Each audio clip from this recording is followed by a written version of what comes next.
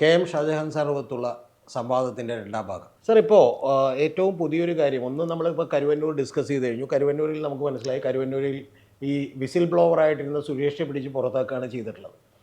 അതേപോലെ തന്നെ കണ്ണൂരിൽ CPM കൊട്ടേഷൻ മാഫിയ ഗ്യാങ്ങുകളുമായി ബന്ധപ്പെടുന്നു എന്ന് പറഞ്ഞ് ഷാജറിനെതിരെയും മറ്റ് നേതൃത്വത്തിനെതിരെയൊക്കെ പരാതി ഉയർത്തിയിട്ടുള്ള മനു തോമസ് സ്വാഭാവികമായി പുറത്തേക്ക് പോവുകയാണ് ചെയ്തിട്ടുള്ളത്. സാധാരണ നമ്മൾ പറയും ഇപ്പോൾ ഒരു ബിസിനസ്സിലൊക്കെ തന്നെ കളകൾ പതുക്കെ ഒഴിഞ്ഞു പോകണം, നന്നായി വർക്ക് ചെയ്യുന്നവർ നിൽക്കണം എന്നുള്ളത്. പക്ഷേ CPM കാലങ്ങളായിട്ട് സംഭവിക്കുന്നത് മോശപ്പെട്ട ആളുകൾ അവിടെ തന്നെ നിൽക്കുകയും നല്ല ആളുകൾ അല്ലെങ്കിൽ ഇതിനൊക്കെ എതിർക്കുന്ന ആളുകൾ പിരിഞ്ഞു പോവുകയാണ് ചെയ്യുന്നത്. സാർ, അതെങ്ങനെയാണ് നോക്കുന്നത്? അല്ല, അതിൽ രതീഷ്, ഞാൻ കണ്ട ഏറ്റവും പ്രധാനപ്പെട്ട ഒരു കാര്യം എന്ന് പറയുമ്പോൾ, ഇപ്പോൾ കണ്ണൂർ എന്ന് പറയുന്ന കേരളത്തിലെ ചുവപ്പ് കോട്ട, ആ ജില്ലയിൽ ഒരുപക്ഷെ ആ ജില്ലയുടെ ചരിത്രത്തിൽ, കമ്മ്യൂണിസ്റ്റ് ചരിത്രത്തിൽ ആദ്യമായിട്ടായിരിക്കും ഒരാൾ മനം മടുത്ത് രാഷ്ട്രീയം നിർത്തിപ്പോകുന്നത്. പാർട്ടി പുറത്താക്കിയിട്ടുണ്ട് ആളുകളെ, പാർട്ടി ആളുകളെ കൊന്നിട്ടുണ്ട്, പാർട്ടി ആളുടെ കൈയും കാലും വെട്ടിയിട്ടുണ്ട്, ഇതൊക്കെ നമ്മൾ കണ്ടിട്ടുണ്ട്. പാർട്ടി ഉപരോധം ഏർപ്പെടുത്തിയിട്ടുണ്ട്.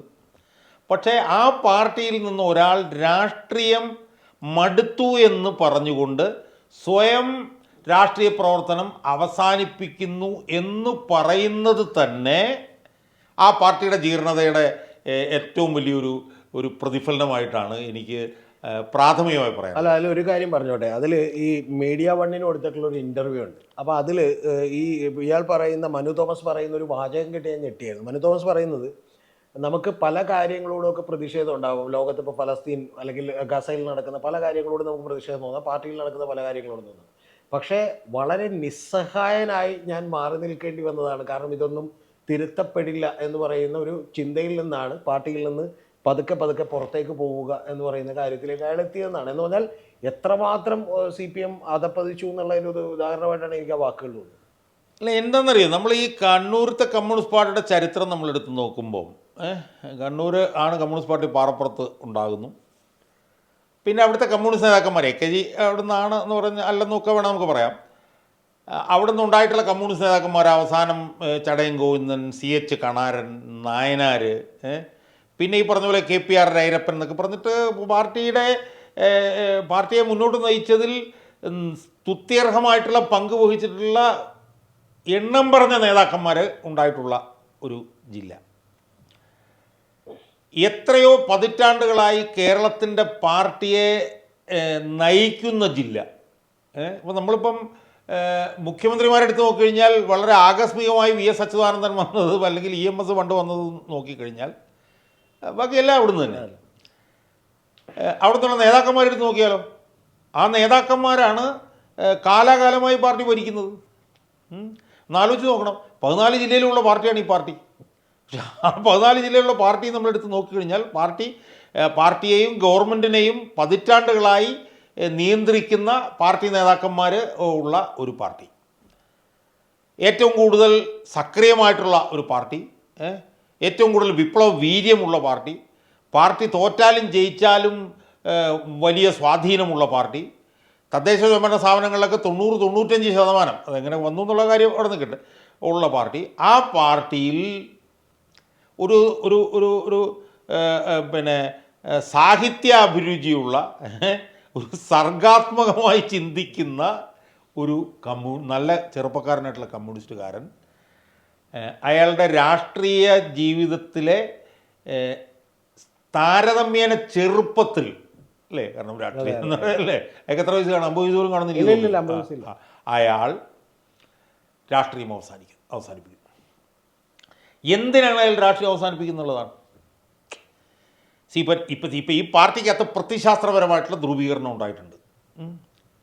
പ്രത്യശാസ്ത്രപരമായിട്ടുള്ള അഭിപ്രായങ്ങൾ കാര്യങ്ങളെന്നൊക്കെ പറഞ്ഞിട്ട് അവസാനിപ്പിച്ചു എന്നൊക്കെ പറഞ്ഞാൽ നമുക്ക് മനസ്സിലാക്കാം. ഇപ്പോൾ 80കളിലൊക്കെ വികസനം വേണമെന്ന് CITU പറയുന്നു, വികസനവും പരിസ്ഥിതിയും തമ്മിൽ ബന്ധം വേണമെന്ന് അച്യുതാനന്ദൻ്റെ ആളുകൾ പറയുന്നു, സന്തുലിതമായിട്ടുള്ള വികസനം, പരിസ്ഥിതിയുടെ കൂടെ പരിഗണിച്ചുകൊണ്ടുള്ള വികസനം, ഇങ്ങനെയൊക്കെയുള്ള പ്രത്യശാസ്ത്രപരമായിട്ടുള്ള പ്രശ്നങ്ങളൊക്കെ വന്നിട്ട് ഒരാൾ രാഷ്ട്രീയ പ്രവർത്തനം നിർത്തിയാൽ നമുക്ക് മനസ്സിലാക്കാം. ഇത് എന്തിൻ്റെ അടിസ്ഥാനത്തിലാണ് രാഷ്ട്രീയ പ്രവർത്തനം നിർത്തുന്നത്? സമൂഹത്തിലെ ഏറ്റവും അധാർമികവും ഏറ്റവും യുക്തിഹീനവുമായിട്ടുള്ള കള്ളക്കടത്ത് പൊട്ടിക്കൽ, മറ്റേ ലഹരി മാഫിയ, പാറമട മാഫിയ, ഇതുപോലുള്ള വിഷയങ്ങളിൽ പാർട്ടി നിശ്ചിത താല്പര്യക്കാരുടെ കൂടെ ഒപ്പം നിൽക്കുന്നു എന്ന് പറഞ്ഞുകൊണ്ട് പാർട്ടിയിൽ നിന്ന് പോരുക എന്നുള്ളൊരവസ്ഥ. അല്ല, അതാണ് ഇപ്പോൾ എൻ്റെ അടുത്ത ചോദ്യം വരുന്നതാണ്. സത്യത്തിൽ ഇപ്പോൾ നമ്മുടെ CPM നിന്ന് പല വിഭജനങ്ങളും നമ്മൾ കണ്ടിട്ടുണ്ട്. ഏറ്റവും ഒടുവിൽ ഇപ്പോൾ MVR-ഉം ഗൗരിയമ്മയൊക്കെ വിട്ടു പോരുന്നവർ. പക്ഷേ MVR ഇപ്പോൾ ഒരു ബദൽ രേഖ ഉണ്ടാക്കി, അല്ലെങ്കിൽ വേറൊരു ആശയം അവിടെ പറഞ്ഞു, അതിൻ്റെ അകത്ത് ആളെ കിട്ടിയില്ല, അതുകൊണ്ട് പുറത്തേക്ക് പോകേണ്ടി വന്നു. അല്ലെങ്കിൽ ഇപ്പോൾ ഗൗരിയമ്മയാണെങ്കിൽ പോലും ചില വ്യക്തിപരമായ അല്ലെങ്കിൽ ചില അനിഷ്ടങ്ങളുടെ പുറത്തോ അല്ലെങ്കിൽ ഗ്രൂപ്പുകളുടെ പുറത്തോ പോകേണ്ടി വന്നു. പക്ഷെ അവരാരും തന്നെ പാർട്ടിയിൽ ഒരു അല്ലെങ്കിൽ ഞങ്ങളൊരു നല്ല കാര്യം ചെയ്തു, പാർട്ടിയെ സമ്മതിച്ചില്ല എന്ന് പറഞ്ഞ് പുറത്തേക്ക് വരേണ്ടി വന്നിട്ടില്ല. ഈ മനു തോമസിൻ്റെ കാര്യത്തിൽ ഞാൻ ഏറ്റവും ആദ്യം മനു തോമസിനെ ശ്രദ്ധിക്കുന്നത്, സാർ അറിയേണ്ടത്, അദ്ദേഹം ജില്ലാ പ്രസിഡന്റ് ആയിരിക്കുമ്പോൾ മനു തോമസ് അവിടെ കൃത്യമായൊരു നിലപാട് ഈ മാഫിയകൾക്കെതിരെ എടുക്കുകയും അവർക്കെതിരെ ഏതാണ്ട് മേഖലാ കമ്മിറ്റികളിലെല്ലാം ഇദ്ദേഹം തന്നെ ജാഥ നടത്തുകയും ആ ജാഥ നടത്തുമ്പോൾ ഇദ്ദേഹത്തിൻ്റെ ജാഥ നടത്തുന്ന ദിവസം തില്ലങ്കേരിയിലോ അല്ലെങ്കിൽ അതിൻ്റെ തൊട്ടടുത്ത പ്രദേശങ്ങളിലെല്ലാം തന്നെ മൈക്ക് ഓഫ് ആക്കുകയും ഇലക്ട്രിസിറ്റി കളയുകയും ഈ ഗുണ്ടാ സംഘങ്ങളൊക്കെ ചെയ്യുകയും ചെയ്യുന്ന ഒരു പ്രവൃത്തി ഉണ്ടായി. അപ്പോൾ സത്യത്തിൽ മനു തോമസ് എന്ന് പറയുന്ന ഒരാൾ ഇത്തരത്തിൽ സ്വർണ്ണ പൊട്ടിക്കൽ സംഘത്തിനെതിരെ, ഈ മാഫിയ സംഘത്തിനെതിരെ നടപടിയെടുക്കുന്ന ആളുകൾ പുറത്തേക്ക് പോകേണ്ടി വരികയും ഈ മാഫിയ സംഘങ്ങൾക്ക് വലിയ ആരാധന, ഇപ്പോൾ സത്യത്തിൽ അന്ന് തന്നെ മനു തോമസിൻ്റെ ഫേസ്ബുക്ക് പേജിൽ 40,000 ഫോളോവേഴ്സ് ഉള്ളെങ്കിൽ ആകാശ് തില്ലങ്കേരിയുടെയും അർജുൻ ആയങ്കിയുടെയൊക്കെ ഫേസ്ബുക്കിൽ ഏതാണ്ട് 60,000-70,000-ഓളം ഫോളോവേഴ്സ് ഉണ്ട്. എന്ന് പറഞ്ഞാൽ പാർട്ടിയും പാർട്ടി അണികളും തന്നെ ഇവരെയൊക്കെ ആരാധിക്കുന്ന ലെവലിലേക്ക് ആശയപരമായി പാർട്ടി എങ്ങനെ മാറി എന്നുള്ളതാണ്. അല്ല, അത് ഞാൻ പറഞ്ഞില്ലേ, നമ്മൾ നേരത്തെ പറഞ്ഞതുപോലെ നമ്മൾ വിചാരിക്കുന്നതിൻ്റെയൊക്കെ 1,00,000 ഇരട്ടി അപ്പുറത്തേക്ക് പാർട്ടി താഴുന്നു എന്നുള്ളതാണ് നമ്മൾ കാണേണ്ടത്. ഇപ്പം തന്നെ ഒന്ന് ആലോചിച്ച് നോക്കി. ഇപ്പം ഈ മനു തോമസിൻ്റെ വിഷയത്തിൽ തന്നെ മനു തോമസ് രാഷ്ട്രീയം വിട്ടു കഴിഞ്ഞപ്പോഴത്തേക്കും മനു തോമസ് ഒരു അഭിപ്രായം പറഞ്ഞു. ആ അഭിപ്രായവുമായി ബന്ധപ്പെട്ടുകൊണ്ട് പാർട്ടി ജില്ലാ സെക്രട്ടറി വന്ന് നടത്തിയ പത്രസമ്മേളനത്തിൽ അയാൾ മെമ്പർഷിപ്പ് പുതുക്കാത്തതുകൊണ്ടാണ് അയാൾ പുറത്തു പോയത്. അയാൾക്ക് വേണമെങ്കിൽ ഇനി ഈ പാർട്ടിയിലേക്ക് തിരിച്ചു വേണമെങ്കിൽ വരാം എന്ന് വരെ പറഞ്ഞുകൊണ്ട് വളരെ പോസിറ്റീവായിട്ടുള്ളൊരു പത്രസമ്മേളനം ജയരാജൻ നടത്തി. പക്ഷേ അത് നടത്തിയതിനെ തുടർന്ന് ഇയാൾ വന്നു. ആര് വന്നു? ജയരാജൻ വന്നു. ജയരാജൻ പറയേണ്ട യാതൊരു കാര്യമില്ല എന്നുള്ളതാണ് മനു തോമസ് പറയുന്നത്. മനു തോമസ് പറഞ്ഞ പാർട്ടിയുടെ ജില്ലാ സെക്രട്ടറി അഭിപ്രായം പറഞ്ഞു. ആ അഭിപ്രായം താഴത്തേക്ക് റിപ്പോർട്ട് ചെയ്യപ്പെട്ടിട്ട് പോലുമില്ല എന്നാണ് മനു തോമസ് പറയുന്നത്. ആ റിപ്പോർട്ട് ചെയ്യപ്പെടുന്നതിന് മുമ്പ് ഒരു പ്രത്യേക രീതിയിൽ അത് താഴെത്തട്ടിലേക്ക് റിപ്പോർട്ട് ചെയ്യാൻ ഇയാൾ കാണിച്ച ഒരു അമിതാവേശത്തിൻ്റെ യുക്തി എന്തായിരുന്നു എന്നാണ് മനു തോമസ് ചോദിക്കുന്നത്. അപ്പം അത് കഴിഞ്ഞപ്പോഴത്തേക്കും മനു തോമസ് വന്നിട്ട് വളരെ ഗുരുതരമായിട്ടുള്ള ആരോപണം ഉന്നയിച്ചു. ഇപ്പോൾ എടക്കോടെന്നും കണ്ടു പറഞ്ഞൊരു സ്ഥലത്ത് ഒരു പാറമട ഉണ്ട്, ആലക്കോട്.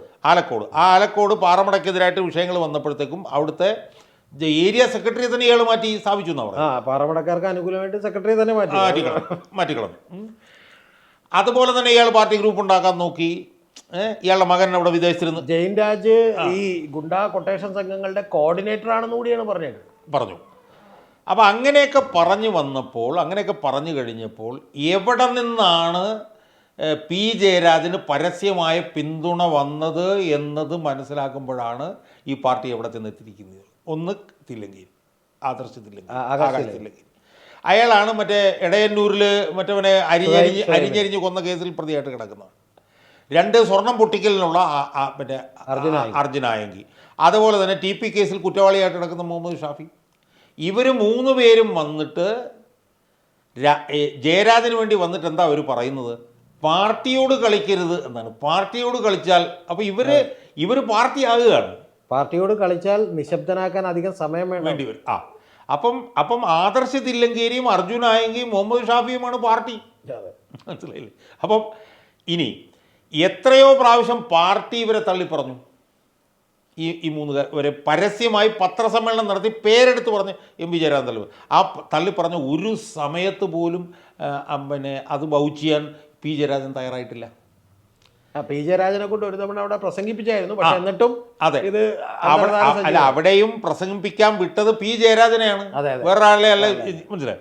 അപ്പം P ജയരാജൻ എന്ന് പറഞ്ഞ ആള് ഇവരെ നിലനിർത്തി വളർത്തി വലുതാക്കുന്ന ആളാണെന്നുള്ളത് 100% ഉറപ്പായി കഴിഞ്ഞു. അതിലൊരു ആരോപണം കൂടിയുള്ളത് ഈ കൊട്ടേഷൻ സംഘങ്ങളെയും മകനെയും ഉപയോഗിച്ചുകൊണ്ട് നമുക്ക് കൃത്യമായിട്ട് അറിയില്ല. അതിപ്പോൾ മനു തോമസിനോട് സംസാരിക്കണം. കോപ്പി ബിസിനസ് എന്നൊക്കെ പറഞ്ഞ് പല ബിസിനസ്സുകളും നടത്തി കോടിക്കണക്കിന് രൂപ വിദേശത്തുകൂടെ ഉണ്ടാക്കിയെന്നാണ് ആരോപണം. അതായത് P ജയരാജനെ കുറിച്ച് ആളുകൾക്ക് മറ്റു പല ആക്ഷേപങ്ങളും ഉണ്ടായിരുന്നപ്പോഴും പൊതുജനം വിചാരിച്ചിരുന്ന അയാൾ വളരെ സ്വാത്വികനായ ഒരാളാണ്, അയാൾ പണമൊന്നും ഉണ്ടാക്കിയിട്ടില്ല എന്നാണ് വിചാരിച്ചിരുന്നതെങ്കിൽ ഇപ്പൊ അയാളടക്കം ഇതിൽ വലിയ വെസ്റ്റഡ് ആയിട്ടുള്ള ഇൻട്രസ്റ്റുകൾ എടുത്ത് പണം ഉണ്ടാക്കിയിട്ടുണ്ടെന്നാണ്. അത് വലിയ വീട് പണി ആണെന്നൊക്കെ ഉള്ള നിലയിൽ പിന്നെ സംസാരം. സാറേ ഇതിനകത്തുള്ള ഒരു അടുത്തൊരു കാര്യം എന്ന് പറഞ്ഞാൽ നമ്മുടെ PM മനോജിന്റെ അനിയൻ ചേട്ടൻ ചേട്ടനെയാണ് മധുസൂദൻ. മധുസൂദനെയാണ് ലോക്കൽ സെക്രട്ടറി സ്ഥാനത്ത് നിന്ന് പുറത്താക്കിയത് ഇതുമായി ബന്ധപ്പെട്ടുള്ള കൂത്തുപറമ്പിൽ ബെസ്റ്റ് ലോക്കൽ സെക്രട്ടറി ആയിട്ട്.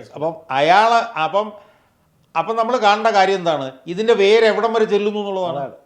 അയാൾ നേരെ അനിയനാണ് മുഖ്യമന്ത്രിയുടെ ഓഫീസിലിരിക്കുന്നത്. അപ്പോൾ മുഖ്യമന്ത്രിയുടെ ഓഫീസിലും ഇതിന്റെ ഷെയർ പോകുന്നുണ്ടോ എന്നുള്ള സംശയം മുഖ്യമന്ത്രിയുടെ പ്രസ് സെക്രട്ടറി ഇനി കഴിഞ്ഞ ദിവസം പാർട്ടി ജില്ലാ സെക്രട്ടേറിയറ്റ് നടന്നു. ജില്ലാ സെക്രട്ടേറിയറ്റിന്റെ പ്രതികരണം വന്നത് എന്താണ്? ഒന്ന്, മനു തോമസിനെ അതായത് മനു തോമസ് നടത്തുന്ന പ്രചരണം ദുരുപദിഷ്ടിതമാണ്, അത് അപകീർത്തികപരമാണ് എന്ന് പറയുന്നു. മറുവശത്ത് ഈ കൊട്ടേഷൻ സംഘക്കാരെ പിന്നെ അവർ പാർട്ടിയല്ല, അവർ പാർട്ടിക്ക് വേണ്ടി വോട്ട് ചെയ്യരുത് എന്നുള്ള നിലയിൽ പറയുന്നു. അവിടെയുമുള്ള പ്രധാനപ്പെട്ട ഒരു വിഷയം എന്താണ്? മനു തോമസ് ഉയർത്തിയിട്ടുള്ളത് ഗുരുതരമായിട്ടുള്ള ആരോപണങ്ങളാണ്. മനു തോമസ് ഉയർത്തിയിട്ടുള്ള ആരോപണങ്ങൾ ആർക്കെതിരായിട്ടാണ് ഉയർത്തിയിട്ടുള്ളത്? പാർട്ടി സംസ്ഥാന കമ്മിറ്റി അംഗമായിട്ടുള്ള P. ജയരാജനെതിരായിട്ടാണ് ഉയർത്തിയിട്ടുള്ളത്. അതിനെ ഹെഡ് ഓൺ ഫേസ് ചെയ്യാൻ CPM-ന് സാധിക്കുന്നില്ല. ഇനി ഇത് സംബന്ധിച്ചുള്ള പ്രതികരണം നമ്മൾ നോക്കൂ. MP ഗോവിന്ദനോട് ചോദിച്ചപ്പോൾ MP ഗോവിന്ദൻ പറഞ്ഞത് എന്താണ്? അത് ജില്ലാ കമ്മിറ്റി മെമ്പറുമായിട്ട് ബന്ധപ്പെട്ട എന്തോ പ്രശ്നം എന്നാണ്. ജില്ലാ കമ്മിറ്റി ചർച്ച ചെയ്തിട്ട് എന്താ പറഞ്ഞത്? ഇത് സ്റ്റേറ്റ് കമ്മിറ്റി ചർച്ച ചെയ്യേണ്ടതാണ്, സ്റ്റേറ്റ് കമ്മിറ്റി മെമ്പറാണ് എന്ന് പറഞ്ഞിട്ട് അങ്ങോട്ടും ഇങ്ങോട്ടും ഇട്ട് തട്ടി കൊടുക്കുന്നതല്ലാതെ ഈ വിഷയത്തെ ഹെഡ് ഓൺ കൊളൈഡ് ചെയ്ത് മനു തോമസ് പറഞ്ഞത് യഥാർത്ഥത്തിൽ ശരിക്കും ചെയ്യേണ്ടിയിരുന്നത് എന്താ? P. ജയരാജനെതിരെ മനു തോമസ് ഗുരുതരമായിട്ടുള്ള ആരോപണങ്ങൾ ഉന്നയിച്ചിരിക്കുന്നു. ഇത് അടിസ്ഥാനരഹിതമാണ്. ഇങ്ങനൊരു സംഭവമില്ല. അയാൾ പറഞ്ഞു ഒന്നാമത്തെ ആരോപണം തെറ്റ്, രണ്ടാമത്തെ ആരോപണം തെറ്റ്, മൂന്നാമത്തെ ആരോപണം തെറ്റ്. പാർട്ടി അയാൾക്കെതിരെ മാനനഷ്ട കേസ് കൊടുക്കാൻ പോകും. ഇങ്ങനെയല്ലേ ഈ പാർട്ടി പറയേണ്ടത്? അതിന് പകരം ആ വിഷയത്തിൽ തൊടുന്നതേയില്ല എന്ന് പറയുമ്പോൾ എനിക്ക് കിട്ടിയ വിവരം എന്ന് പറയുന്നത് ഈ പാർട്ടിക്കകത്തുള്ള ഒരു നല്ല വിഭാഗത്തിൻ്റെ പിന്തുണ മനു തോമസിനുണ്ട് എന്നുള്ളത് കൊണ്ടാണ് ഇത് ഇങ്ങനെ പോകുന്നത്. പിന്നെ എനിക്ക് തോന്നിയ ഒരു പ്രധാനപ്പെട്ട കാര്യം എന്ന് വെച്ചാൽ P. ജയരാജന് ഇനി പിടിച്ചു നിൽക്കൽ വലിയ ബുദ്ധിമുട്ടാണ്. P. ജയരാജൻ്റെ രാഷ്ട്രീയം ഏതാണ്ട് ഒരു അന്തിമഘട്ടത്തിലേക്ക് പിന്നെ കടക്കുകയാണ് എന്ന് ആണ് എനിക്ക് തോന്നുന്നത്. ഇപ്പോൾ നമ്മൾ ഇതുമായിട്ട് ബന്ധപ്പെട്ട് തന്നെ അടുത്തിടെ അവിടെ ഒരു കണ്ണൂർ ബോംബ് സ്ഫോടനം ഉണ്ടായി. അതായത് ബോംബ് വെറുതെ പറമ്പിൽ തേങ്ങ പെറുക്കാൻ ചെന്നിട്ടുള്ള വേലായുധൻ എന്ന് പറയുന്ന ഒരു 70 വയസ്സുകാരൻ, അദ്ദേഹം ഒരു കുടം വീണ് കിട്ടുകയും കുടം നേരെ എടുത്തുകൊണ്ട് വന്ന് പൊട്ടിക്കുകയും ചെയ്തപ്പോഴത്തേക്ക് അദ്ദേഹം തല പൊട്ടിത്തെറിച്ചാണ് മരിച്ചു പോയത്. എന്ന് പറഞ്ഞാൽ അദ്ദേഹത്തിൻ്റെ മുഖം പോലും കാണാൻ അവരുടെ ബന്ധുക്കൾക്ക് കഴിഞ്ഞില്ല. ഇതിൻ്റെ തൊട്ടടുത്തുള്ള സീന എന്ന് പറയുന്ന ഒരു പെൺകുട്ടി അങ്ങേയറ്റം പൊട്ടിത്തെറിക്കുന്ന ഒരു രംഗം നമ്മൾ കണ്ടു. ഈ സത്യത്തിൽ ഈ മനു തോമസിൻ്റെ ഒരു പ്രതികരണവും എനിക്ക് തോന്നുന്ന കണ്ണൂർ ഒരുപക്ഷെ എൻ്റെയൊക്കെ ഓർമ്മയിൽ ആദ്യമായിട്ടാണ് ഇത്തരത്തിലുള്ള ഒരു ജില്ലാ കമ്മിറ്റി മെമ്പർ പാർട്ടി വിട്ടുപോവുകയും പ്രതികരണം നടത്തുകയും ചെയ്യുന്നത്. രണ്ടാമത്, ഒരു പൊതുജനത്തിൽ നിന്ന് സാധാരണ പ്രതിനിധി സീന എന്ന് പറഞ്ഞ പെൺകുട്ടി വന്നിട്ട് അവിടെ അത് വളരെയധികം രൂക്ഷമായി CPM-നെ വിമർശിക്കുകയാണ്. അതായത് 27 കൊല്ലങ്ങൾക്ക് മുമ്പ് അവരുടെ പറമ്പിൽ നിന്ന് ഇതുപോലെ 3 ബോംബുകൾ കണ്ടെത്തിയെന്നും എന്നിട്ട് വാടകക്കാർ ഉപേക്ഷിച്ച് പോയെന്നും അവരെ ശരിക്കും CPM-കാർ പാർട്ടിക്കാർ വന്ന് എടുത്തിട്ട് പോയെന്നും ഇവിടെ മുഴുവൻ ബോംബുകളാണെന്നും ഞങ്ങളുടെ കുട്ടികൾ ഇങ്ങനെ ബോംബിൽ പൊട്ടി മരിക്കുമെന്നും പറഞ്ഞ് അവർ രൂക്ഷമായി പ്രതികരിക്കുന്നതാണ് കണ്ടത്. പക്ഷെ അതിൻ്റെ വൈകുന്നേരം പോലും സത്യത്തിൽ അവിടുത്തെ പഞ്ചായത്ത് മെമ്പർ ചെന്ന് വീട്ടിൽ ചെന്ന് ഭീഷണിപ്പെടുത്തുകയാണ് ഈ സീന ചെയ്തത്. എനിക്ക് അതിൽ ഏറ്റവും ഞാൻ വളരെ കൃത്യമായി ഒബ്സർവ് ചെയ്തപ്പോൾ എനിക്ക് തോന്നിയൊരു കാര്യം എന്ന് പറഞ്ഞാൽ ഈ സീനയുടെ അമ്മ എന്ന് പറയുന്ന സ്ത്രീ അവരൊരു 60 വയസ്സെങ്കിലും ഏറ്റവും കുറഞ്ഞത് കഴിഞ്ഞിട്ടുണ്ടാകും. അവർ പുറകിൽ നിന്ന് ഈ സീനയെ പിടിച്ച് വലിക്കുകയാണ്. എന്ന് പറഞ്ഞിട്ടുണ്ടെങ്കിൽ നീങ്ങ പോരെന്ന് പറഞ്ഞാൽ ഒരു ഭയത്തോട് വലിക്കുകയാണ്. സാറേ സത്യത്തിൽ CPM ഒക്കെ ഇത്രയും കാലം വളർന്നു കണ്ണൂരിൽ വലിയ പാർട്ടിയാണെന്നൊക്കെ പറയുമ്പോഴും ഇതുപോലെ ഒരു ഗുണ്ടകൾ ഭരിക്കുന്ന പോലെ ഭയപ്പെടുത്തിയാണോ ജനത്തെ ഭരിച്ചിരുന്നത്?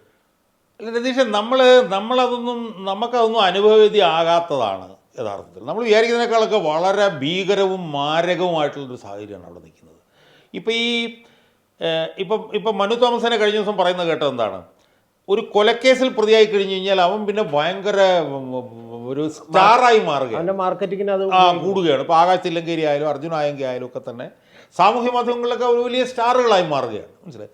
അപ്പം നമ്മൾ വിചാരിക്കുന്നതിനേക്കാൾ അതിഭീകരമായിട്ടുള്ള ഏറ്റവും ഈ പറഞ്ഞ പോലെ അതിഭീകരമായിട്ടുള്ള ഫാസിസ്റ്റിക് ആയിട്ടുള്ള ഒരു സാഹചര്യമാണ് അവിടെ നിലനിൽക്കുന്നത് എന്നുള്ളതാണ്. അതാണ് ഈ സ്ത്രീ വന്നപ്പോൾ സ്ത്രീയുടെ അമ്മ പുറകോട്ട് വലിക്കുന്നു പറഞ്ഞാൽ അവർക്ക് ആകെപ്പാടെ അസ്വസ്ഥതയാണ്. ആ സ്ത്രീ പറയുന്നുണ്ട് ഇനിയെങ്കിലും ഭയമില്ലാതെ ജീവിക്കേണ്ട അമ്മ, ഇപ്പോഴെങ്കിലും പറയണ്ടേ എന്നാണ് ആ പെൺകുട്ടി ചോദിക്കുന്നത്. അത് പറയുമ്പം അവരുടെ അമ്മ പുറകോട്ട് വലിച്ചു വലിക്കുകയാണ്.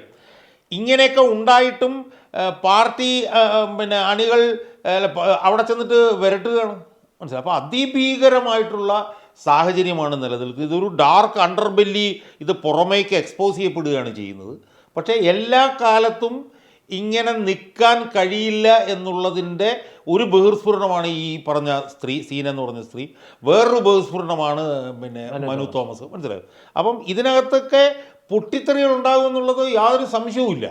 എന്നെ സംബന്ധിച്ചിടത്തോളം കണ്ണൂരിലെ പാർട്ടിക്കകത്ത് വലിയ പോസിറ്റീവായിട്ടുള്ളൊരു പൊട്ടിത്തെറിക്ക് കാരണമാകാൻ ഈ മനു തോമസ് ഒരു പക്ഷേ ഒരു ചാലകശക്തി ആയേക്കും എന്നാണ് എനിക്ക് തോന്നുന്നത്. ശരിക്കും സാർ, അപ്പോൾ ഈ ഇതിൻ്റെ ഒരു ഇപ്പോഴത്തെ ഒരു ഘട്ടം എന്ന് പറയുന്നത്, ഇപ്പോൾ പാർട്ടി വലിയ ജീർണതയിലേക്ക് പോവുകയാണെന്ന് പറയുമ്പോൾ 2024 ലോക്സഭാ തെരഞ്ഞെടുപ്പിന് ശേഷം പാർട്ടിക്ക് മനസ്സിലായി ഇതുപോലെ നിന്നാൽ പോരാ എന്നുള്ളൊരു കണ്ടീഷനിൽ പാർട്ടി മനസ്സിലാക്കി എന്ന് MV ഗോവിന്ദൻ തന്നെ വന്ന് പത്രസമ്മേളനം നടത്തി പറയുകയും പാർട്ടി തെറ്റ് തിരുത്തുകയും ചെയ്യും എന്ന് പറയുമ്പോഴാണ് സീനയെ ചെന്ന് ഭീഷണിപ്പെടുത്തുന്നതും മനു തോമസിനെ പോലെയുള്ള ആളുകൾ പാർട്ടിയിൽ നിന്ന് പുറത്തേക്ക് പോകുന്നു. സാറിന് എന്താ തോന്നുന്നത്? ഇത് ഞാനൊരു വീഡിയോ ചെയ്തിട്ടുണ്ടായിരുന്നു, തെറ്റുകൾ തിരുത്താൻ കഴിയില്ല പാർട്ടിക്ക് എന്നാണ് ഞാൻ വിചാരിക്കുന്നത്. അത്രക്ക് മാത്രം അതപ്പതിച്ചു കഴിഞ്ഞു എന്നാണ്. തെറ്റുകൾ തിരുത്താൻ കഴിയുമെന്നും തിരിച്ചു വരാൻ കഴിയുമെന്നുമാണോ? അല്ല, ഞാനങ്ങനെ ഒരു ഈ പറഞ്ഞൊരു ശുഭാപ്തി വിശ്വാസിയായിട്ട് തന്നെ കണക്കാക്കണ്ട. പക്ഷേ അവസ്ഥ എന്താണ് രതീഷ്? അതായത് 3 സംസ്ഥാനങ്ങൾ ഭരിച്ചുകൊണ്ടിരുന്നൊരു പാർട്ടി ത്രിപുരയിൽ എത്ര 3.5 ലക്ഷം വോട്ടോ 4.5 ലക്ഷം വോട്ടിനോ മറ്റാണ് തോറ്റെന്നാണ് കേൾക്കുന്നത്.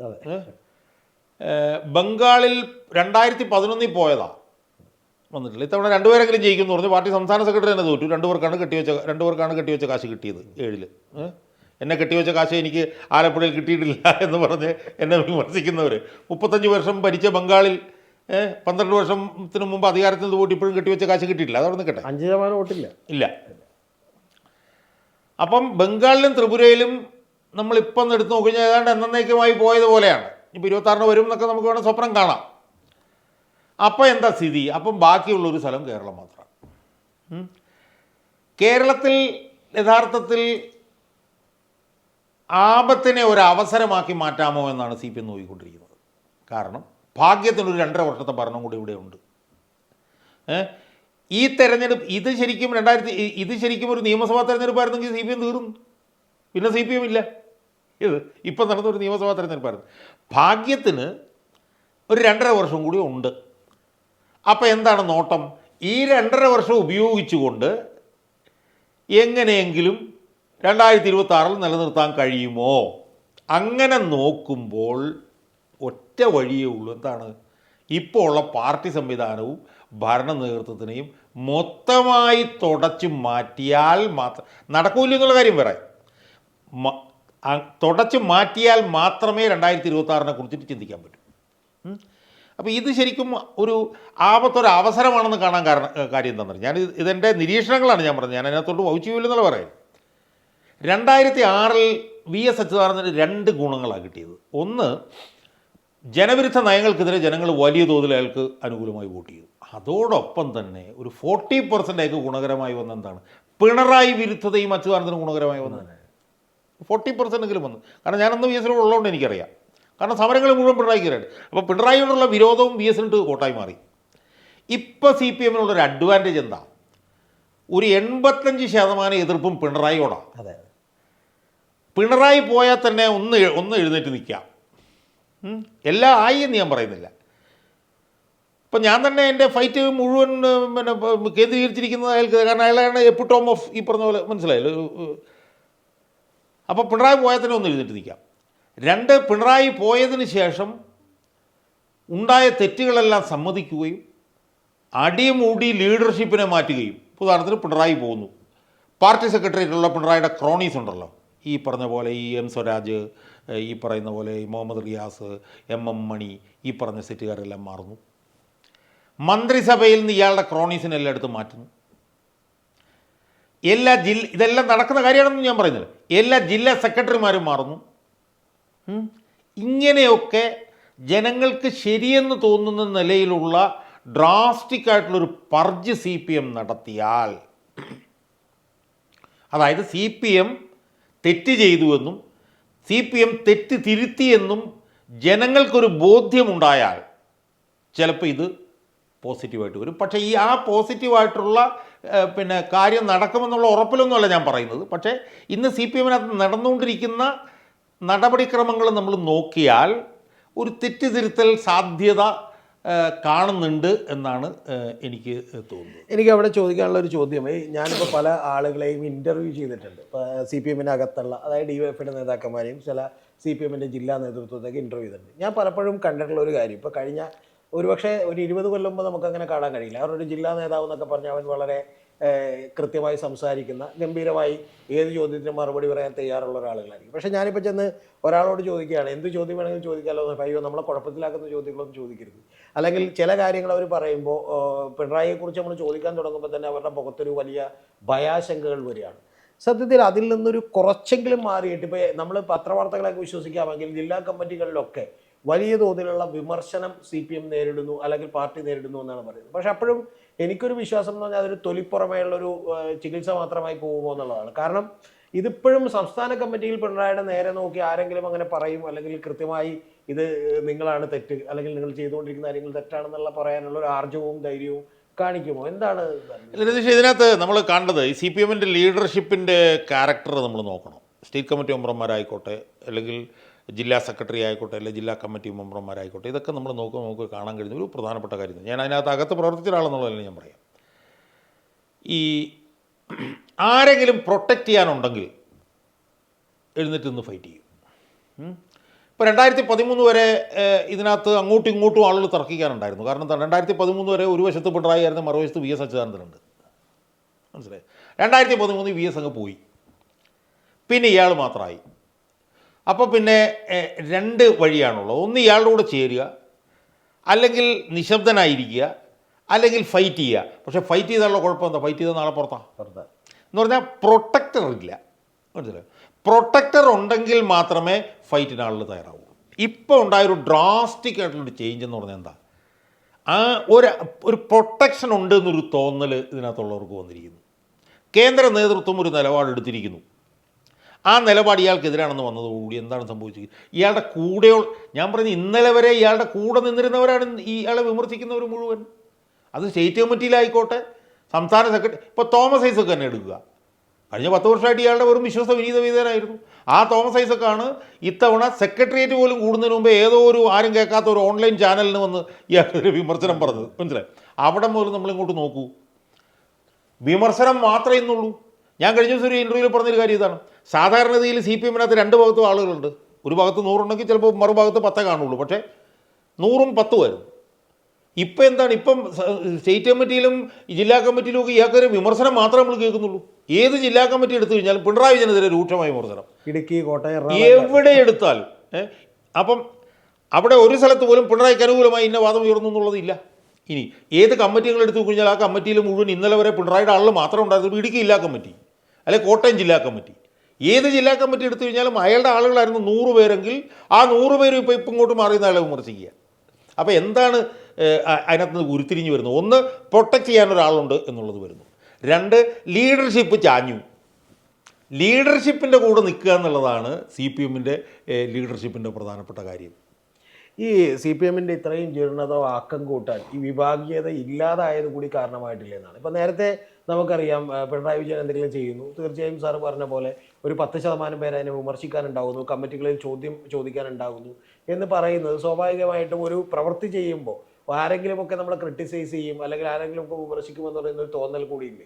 സത്യത്തിൽ വിഭാഗീയത ഇല്ലാതായതല്ലേ ഇതിൻ്റെ ആക്കം കൂട്ടിയത്? അല്ല, 100%ആണല്ലോ. വെച്ചാൽ വിഭാഗീയത ഇല്ലാതായി എന്ന് പറയുമ്പോൾ വിഭാഗീയത ഇല്ലാതായിടത്തുണ്ടായത് ക്രാസായിട്ടുള്ള ഏകാധിപത്യമാണ്. ഇല്ലാതായതല്ല, ചവിട്ടി മെതിക്കുകയാണ്. യഥാർത്ഥത്തിൽ VS പക്ഷക്കാരായിട്ടുള്ള 10,000-കണക്കിന് ആളുകൾ ഇതിനകത്തുണ്ട്. അതെ, അവരൊക്കെ ചവിട്ടി മെതിക്കപ്പെട്ട് നിൽക്കുകയാണ്. പക്ഷേ ഇതിനകത്തൊക്കെ നമ്മൾക്ക് പോസിറ്റീവായിട്ട് തോന്നുന്നൊരു കാര്യം എന്താ രതീഷ്, അതായത് ഇതിനൊക്കെ കാരണക്കാരാരാ യഥാർത്ഥത്തിൽ? ഇതിനൊക്കെ കാരണക്കാരെന്ന് പറഞ്ഞാൽ കേരളത്തിലെ പീപ്പിൾ അറ്റ് ലാർജാണ്. അവർ കൊടുത്തൊരു അടി, മനസ്സിലായി? അപ്പം ഇതിപ്പം നടന്നുകൊണ്ടിരിക്കുന്നു. ഇപ്പോൾ ഇതിപ്പോൾ തന്നെ സെൻട്രൽ കമ്മിറ്റി തീർന്നു. സെൻട്രൽ കമ്മിറ്റിയിലും അതിരൂക്ഷമായിട്ടുള്ള വിമർശനം ഉണ്ടായിട്ടുള്ളത്. ഞാൻ ഒറ്റ വാചകത്തിൽ ഞാൻ പറഞ്ഞു തീർക്കാം. അത് റിപ്പോർട്ടായിട്ട് വരികയാണ് താഴോട്ട്. ആ സെൻട്രൽ കമ്മിറ്റിയുടെ റിപ്പോർട്ട് സ്റ്റേറ്റ് കമ്മിറ്റി വരുന്നു, ആ സ്റ്റേറ്റ് കമ്മിറ്റിയുടെ റിപ്പോർട്ട് താഴോട്ട് പോകുന്നു. ഇപ്പം അവർ ഒക്ടോബറൊക്കെ ആകുമ്പോഴത്തേക്കും എന്തോ ഒരു ബഹുജന കൂട്ടായ്മ എന്നൊക്കെ പറയുന്നത്, താഴത്തെ പാർട്ടിക്കാർ അങ്ങോട്ടും ഇങ്ങോട്ടും. അപ്പോൾ ഒക്ടോബർ ആകുമ്പോഴത്തേക്കും എന്ത് സംഭവിക്കും, ഈ എതിർപ്പ് താഴെത്തട്ട് വരെ ചെന്നങ്ങ് പരക്കും. താഴെത്തട്ടിലൊക്കെ തന്നെ വലിയ വിമർശനം വരും. കാരണം ലീഡർഷിപ്പ് കൂടെ വരുന്നു. ഒക്ടോബറിൽ ഈ ഈ എതിർപ്പ് താഴെത്തട്ടിലങ്ങ് പരന്നു കഴിഞ്ഞാലുണ്ടല്ലോ, നവംബർ മുതൽ അടുത്ത സംസ്ഥാന സമ്മേളനത്തിൻ്റെ ബ്രാഞ്ച് സമ്മേളനങ്ങൾ ആരംഭിക്കുകയാണ്. അപ്പോൾ ഈ എതിർപ്പ് നേരിട്ട് താഴത്തെ ബ്രാഞ്ച് സമ്മേളനത്തിൽ പിണറായി വിരുദ്ധ എതിർപ്പായിട്ട് ട്രാൻസ്ലേറ്റ് ചെയ്യും. പക്ഷെ അത് മൊബിലൈസ് ചെയ്യാൻ നേതാവോ അല്ലെങ്കിൽ അങ്ങനെ ആരെങ്കിലും ഞാനതിലേക്ക് വരാം. ആരാണ് ഇനി വരുന്നത് എന്നുള്ള കാര്യം ഒക്കെ നമുക്ക് പൂർണ്ണ തൃപ്തി നമുക്ക് ഉണ്ടാവണമെന്നില്ല. അത് മൊബിലൈസ് ചെയ്യും. പക്ഷേ ഈ എതിർപ്പിൻ്റെ ഒരു പൊതു സ്വഭാവം എന്താണ്? എതിർപ്പിൻ്റെ പൊതു സ്വഭാവം എന്ന് പറഞ്ഞാൽ എതിർപ്പ് ഈസ് ആൻറ്റി പിണറായി എന്ന് മാത്രമല്ല, പിണറായി കൊണ്ടുവന്ന മൂല്യങ്ങൾക്കും എതിരാണ് ഈ എതിർപ്പ്.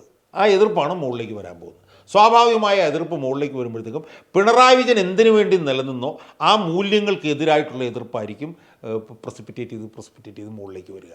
അത് മുകളിലേക്ക് വരുമ്പോഴത്തേക്കും അത് ഈ കാൽക്കാശിന് കൊള്ളാത്ത Thomas Isaac M A baby അടങ്ങുന്ന ലീഡർഷിപ്പിലേക്ക് പോകുമോ, അതോ ക്വാളിറ്റിയുള്ള പിന്നെ ഈ പറഞ്ഞ പോലെ അനങ്ങാതെ കിടന്നിരുന്ന VS പക്ഷക്കാർ ഉയർന്നു വരുമോ? ഇപ്പോൾ ജെ മേഴ്സിക്കുട്ടി, എനിക്കൊക്കെ അവരുടെ വലിയ പ്രതീക്ഷയുള്ള അവർ നല്ല ഇൻറ്റഗ്രിറ്റി ഉള്ളൊരു വനിതാ ലീഡർഷിപ്പാണ്. എനിക്ക് സത്യം പറഞ്ഞു കഴിഞ്ഞാൽ ഈ ശൈലിയെക്കുറിച്ചൊന്നും ഒരു മതിപ്പില്ല. അവരെക്കാളൊക്കെ വളരെ മെച്ചപ്പെട്ടവരാണ്. അപ്പോൾ അത് ഒന്നുകിൽ തോമസ് ഐസക്കും ബേബി അടങ്ങുന്ന ഈ പറഞ്ഞ പോലെ കോംപ്രമൈസിസ്റ്റുകളുടെ ലീഡർഷിപ്പ് വരുമോ, അതോ മേഴ്സിക്കുട്ടിയെ പോലെയൊക്കെ ഉള്ള ആളുകളുടെ യഥാർത്ഥ പഴയ VS പക്ഷത്തിൻ്റെ ലീഡർഷിപ്പ് വരുമോ എന്നുള്ളത് നമുക്ക് പിന്നെ കാത്തിരുന്ന് കാണാം. പക്ഷേ ഒരു കാര്യം ഉറപ്പാണ്, പിണറായി വിജയനും പിണറായി വിജയൻ്റെ മൂല്യങ്ങളും ഇനി വരാൻ പോകുന്ന തെറ്റുതിരുത്തലിൽ കുഴിച്ചു മൂടപ്പെടും എന്നുള്ളത് 100% ഉറപ്പാണ്.